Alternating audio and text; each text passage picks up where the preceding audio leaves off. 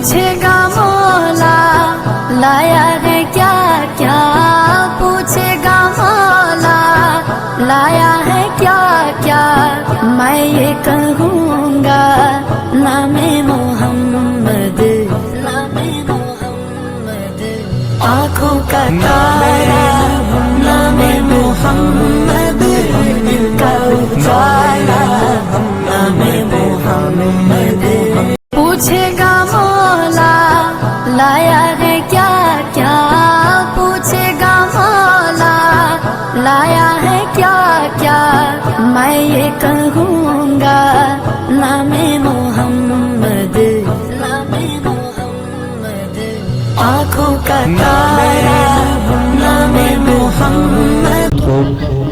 اب اس کے بعد مدرسہ حاضہی کے ایک اور طالب علم محمد حارث ان سے گزارش کریں گے کہ وہ آئیں اور اپنی نعت پیش کریں۔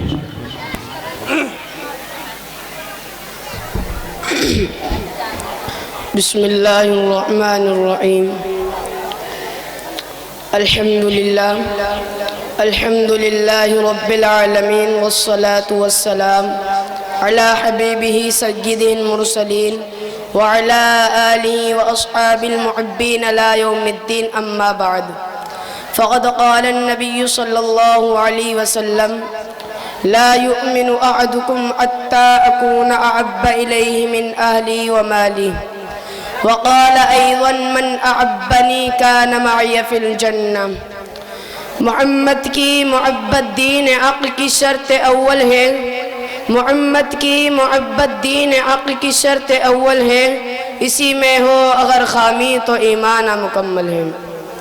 بزرگوں اور دوستوں، آج کی اس مبارک محفل میں میری گفتگو کا عنوان محبت رسول ہے۔ محبوب دو جہاں صلی اللہ علیہ وسلم اپنی زبان مبارک سے ارشاد فرمایا کہ تم میں سے کوئی انسان اس وقت تک کامل ایمان والا نہیں ہو سکتا جب تک کہ میں اس کے نزدیک اس کے اہل و عیال سے زیادہ محبوب نہ ہو جاؤں۔ اور یہ بھی ارشاد فرمایا کہ جو شخص مجھ سے محبت کرے گا وہ میرے ساتھ جنت میں ہوگا۔ ایک مرتبہ حضرت عمر فاروق رضی اللہ تعالیٰ عنہ نے آپ صلی اللہ علیہ وسلم سے فرمایا کہ آپ مجھے اپنی جان کے علاوہ ہر چیز سے زیادہ محبوب ہیں۔ آپ نے فرمایا تم میں سے کوئی انسان اس وقت تک کامل ایمان والا نہیں ہو سکتا جب تک کہ میں اس کے نزدیک اس کی جان سے زیادہ محبوب نہ ہو جاؤں۔ یہ سن کر عمر فاروق رضی اللہ تعالیٰ عنہ نے فرمایا قسم ہے اس ذات کی جس نے آپ پر قرآن نازل کیا ہے، آپ مجھے میری جان سے زیادہ محبوب ہیں۔ آپ نے فرمایا اے عمر اب تمہارا ایمان کامل و مکمل ہے۔ اے مسلمانوں، دنیا کی ہر چیز کے مقابلے میں سرکار مدینہ سے محبت کرنا کامل ایمان کی علامت ہے۔ اور کیوں نہ ہو جبکہ رب کائنات نے ذات اقدس میں وہ تمام چیزیں کامل مکمل کے طریقے پر پیدا فرمائی جن کی وجہ سے انسان کسی سے محبت کرتا ہے۔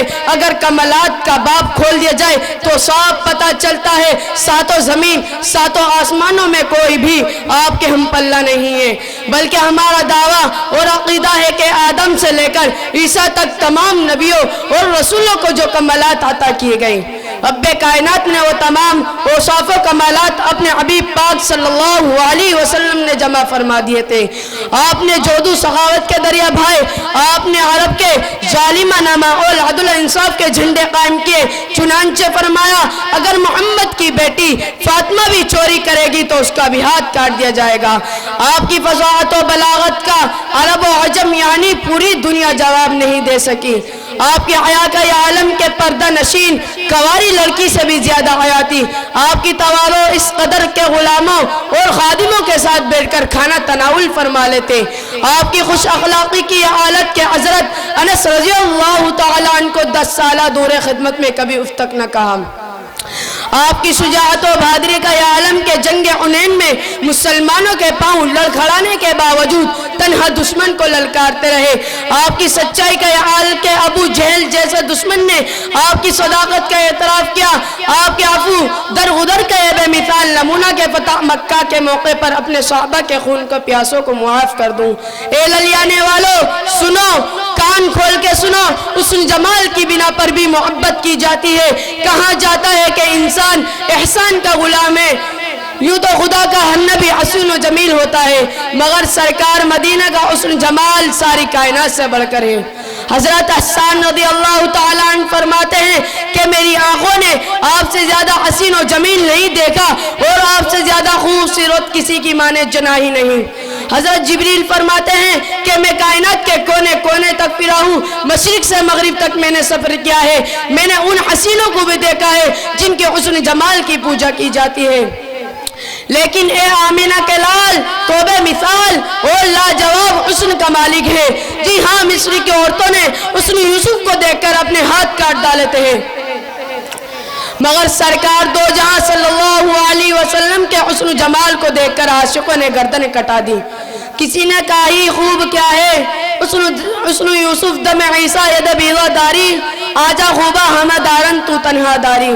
حضرت احسان کی بنا پر بھی محبت کی جاتی ہے۔ کہا جاتا ہے کہ انسان احسان کا غلام ہے، یعنی انسان اپنے محسن سے محبت کرتا ہے، اور یہ ایک ناقابل انکار حقیقت ہے کہ رب کائنات کے بعد سب سے زیادہ احسانات کرنے والی ذات محمد صلی اللہ علیہ وسلم ہے۔